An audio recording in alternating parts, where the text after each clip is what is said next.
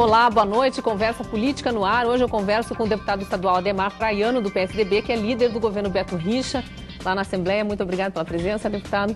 Ano legislativo começando. Eu tenho aqui a companhia do jornalista Vinícius Sgarbi, meu colega do site G1 Paraná, colega de grupo paranaense de comunicação aqui. Obrigado mais uma vez pela participação aqui, Vinícius. Obrigado. Deputado, ano legislativo começando aí, como eu disse, quais são as promessas do governo para esse ano ali na Assembleia? Porque tem vindo muita mensagem do governo aí, fim de ano foi recheado, né? Nós tivemos um ano realmente bastante intenso em termos de propostas e iniciativas do Poder Executivo.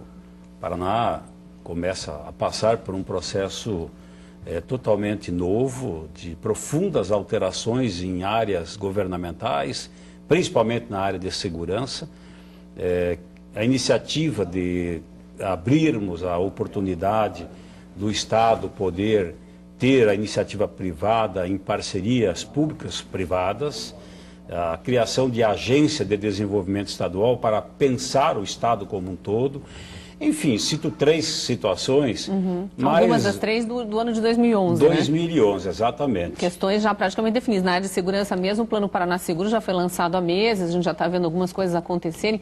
Precisa ter novas votações na Assembleia, por exemplo, para definir salário de policiais? Com certeza, nós teremos aí mensagens que devem chegar à Assembleia agora no início de fevereiro, no máximo até o final do mês, para fazer alguns ajustes ainda em relação às próprias mensagens aprovadas no ano passado. E isso está sendo construído entre a Secretaria de Administração, Secretaria de Segurança, Casa Civil e os próprios representantes dos segmentos da área, tanto da Polícia Civil quanto da Polícia Militar. O senhor participa das discussões, porque uma das queixas constantes da oposição, que é muito pequena ali na Assembleia, é que o governo joga um rolo compressor lá dentro e aprova-se do jeito que vem. Há uma discussão prévia, os deputados da base governista, que são maioria, participam dessa discussão junto ao Executivo mesmo, junto às secretarias, para saber o que vai chegar para ser votado? Não, eu tenho conhecimento pleno de tudo o que vai acontecer, o que vai ser encaminhado à Assembleia Legislativa. Tenho a informação antecipada. Até que e repassa isso para os demais deputados da base? Repasso para as lideranças, a gente faz permanentemente reuniões com os líderes, leva as informações. No final do ano mesmo, nós promovemos vários encontros com as lideranças partidárias para discutirmos a pauta que foi votada no final de novembro e no mês de dezembro, porque era uma pauta muito intensa e é lógico que temas conflitantes e por isso nós precisávamos ajustar isso com as bancadas que dão um apoio ao governo na Assembleia. Mas aí, obviamente, lideranças de partidos de oposição não participam, né? É o PT, por exemplo, que sempre está contra o governo. Não, veja bem, existem algumas circunstâncias que eu procuro construir o entendimento até com a bancada de oposição, com o líder da oposição. Sempre no plenário é possível a gente fazer algumas costuras, alguns ajustes, poder aceitar até algumas iniciativas da oposição. Eu já fiz isso inúmeras vezes durante o ano passado. Agora é lógico que as discussões internas de governo, não há como você colocar a oposição numa discussão de iniciativas governamentais, porque isso é da competência de quem está governando. Deputado, a Cris mencionou o Plano Paraná Seguro e, de fato, o governador há alguns dias mencionou que os índices de violência no Paraná são uma vergonha. A gente sabe que o Paraná é uma rota para o tráfico de drogas, que sai do Paraguai e pretende chegar em São Paulo, Rio de Janeiro, né? E isso faz nossos índices de violência serem muito altos, especialmente de homicídios. Será que as decisões sobre violência até agora não são muito tímidas? A estratégia para combater a violência, será que não precisaria de uma decisão um pouquinho mais substancial, como, por exemplo, municipalizar a segurança? Ou o senhor considera que desse jeito a gente vai conseguir vencer esses números? Olha, eu acho que segurança é um tema extremamente complexo. E é lógico que você tem que eliminar o mal na raiz. Não é apenas colocar militar na rua, policiais na rua. Eu vejo desta forma.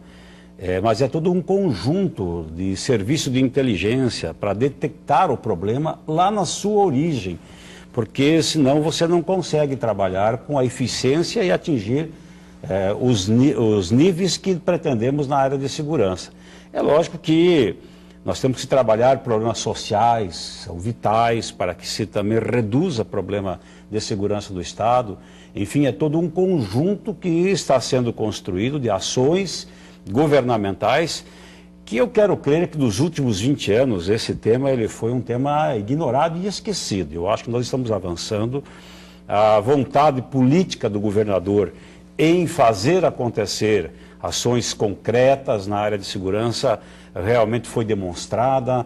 Nós estamos dobrando, mais que dobrando, o orçamento da segurança no Estado. Isso já foi aprovado na Assembleia? Já foi aprovado, sim. Já nós temos aí recursos na ordem de R$1 bilhão para serem investidos. E aí os deputados, na condição de fiscais também do poder público, já avaliaram antecipadamente se o Estado absorve isso, porque claro que a população quer mais segurança, quer que se invista mais nisso, mas é possível ou vai se tirar de outra área prioritária, como educação e saúde, por exemplo? Os recursos estão definidos.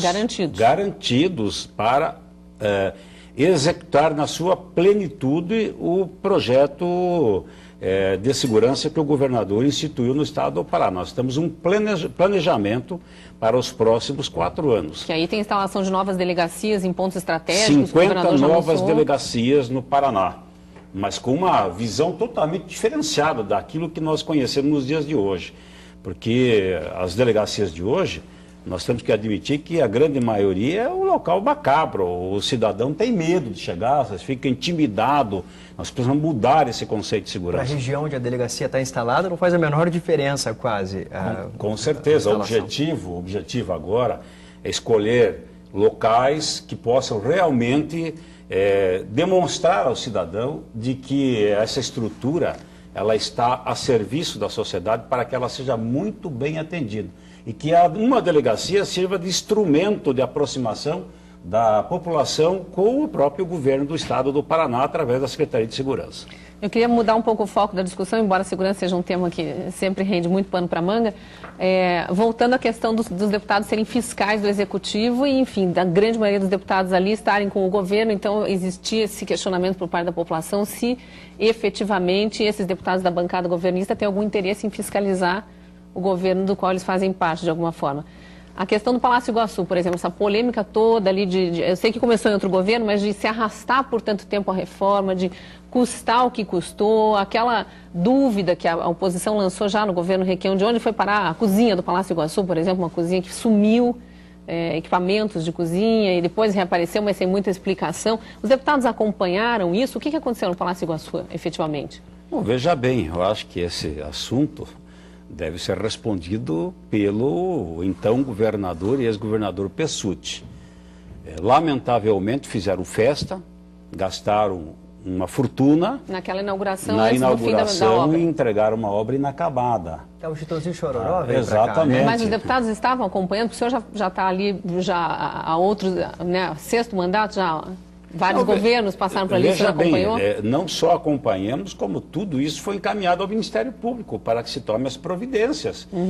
O governo detectou todos os problemas que encontrou, deixado pelo governo anterior, e encaminhou ao Ministério Público para que tome providências. A nossa função é exatamente de detectar o problema.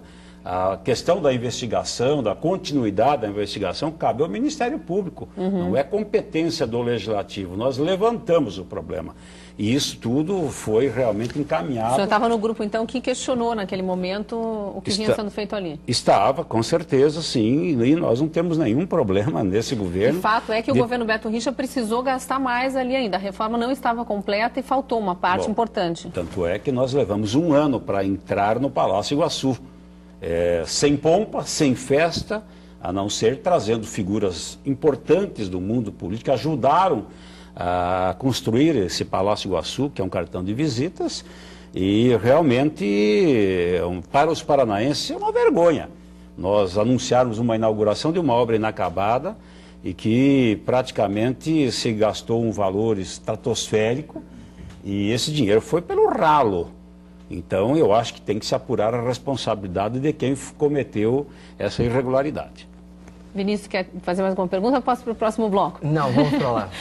Então eu vou dar um intervalinho aqui rápido. No próximo bloco a gente discute, inclusive, assuntos municipais que não são tão ligados à Assembleia, mas são ligados ao PSDB. Não saia daí. Estou de volta com a conversa política essa noite com o deputado estadual Ademar Traiano, do PSDB, que é líder do governo Beto Richa na Assembleia. Tem a companhia também do jornalista Vinícius Sgarbi, do site G1 Paraná. E a gente anunciou para esse bloco, vamos já começar falando de eleições municipais, porque ficou essa saia justa aí, o Vinícius estava querendo tirar uma pulga de trás da orelha, né, Vinícius? É exatamente isso. Com o Gustavo Frutti. O Gustavo Frutti saiu do PSDB em condições que não foram assim deixadas tão claras. E a dúvida é, o que foi que aconteceu, afinal de contas, com esse apoio tão grande que havia entre o partido e essa figura política, e como que o PSDB vai resolver agora esse problema de ter esse concorrente bastante forte nas eleições de Curitiba? Bom, é importante que se restabeleça a verdade. O Gustavo Frutti saiu do PSDB não por falta de espaço político. Não foi? Ele reclamou demais disso, né? Não é verdade. Não é verdade, até porque eu posso falar aqui com muita propriedade e o Gustavo, se estiver me ouvindo, sabe de que eu participei de todas as conversas com o Gustavo, com o governador, com o Valdir Rossoni. Nós fomos os mediadores de toda esta possibilidade da construção de uma candidatura dentro do PSDB. E por inúmeras vezes nós reunimos com o Gustavo. Tanto é que lhe demos a vaga, lhe garantimos a vaga para ser candidato. Agora, bastava o Gustavo assumir publicamente que iria ficar no PSDB. Isso já estava entendido com o governador. Mas houve essa conversa? O governador Beto Richa, o presidente da Assembleia Valdir Rossoni e o senhor dizendo, Gustavo, fique no PSDB e nós garantimos que teremos candidato? Houve 3 conversas consecutivas na presidência da Assembleia. Eu participei, deputado Valdir Rossoni e o Gustavo. Houve 3 conversas. Só o governador que não estava presente. Depois, não. Anteriormente já havíamos conversado com o governador também. Que ele, de fato, se sentiu completamente abandonado nessa intenção. É importante que se diga que toda a condução dessa conversa política que nós fizemos foi por orientação do governador. Nós não estávamos falando com o Gustavo. Mas e aí como que o governador, dentro dessa conversa aí que teria acontecido, como que o governador resolveria a questão com o prefeito Luciano Dutti, então, se o PSDB lançasse candidato efetivamente? Olha, veja bem, nós poderíamos ter 2 candidatos do PSDB e o próprio Luciano. Não haveria nenhuma possibilidade de divergência, de qualquer problema de ordem política. Isso estava sendo construído, ou quem sabe até o próprio Gustavo pudesse ser um candidato, se propôs até alternativas de pesquisas políticas para o momento certo, porque uma candidatura de prefeito não se faz isoladamente, ela tem que ser um conjunto de forças políticas que trabalhem com o objetivo de poder realmente dar a estrutura necessária para uma candidatura. O Gustavo foi precipitado. A minha visão, eu tenho respeito por ele.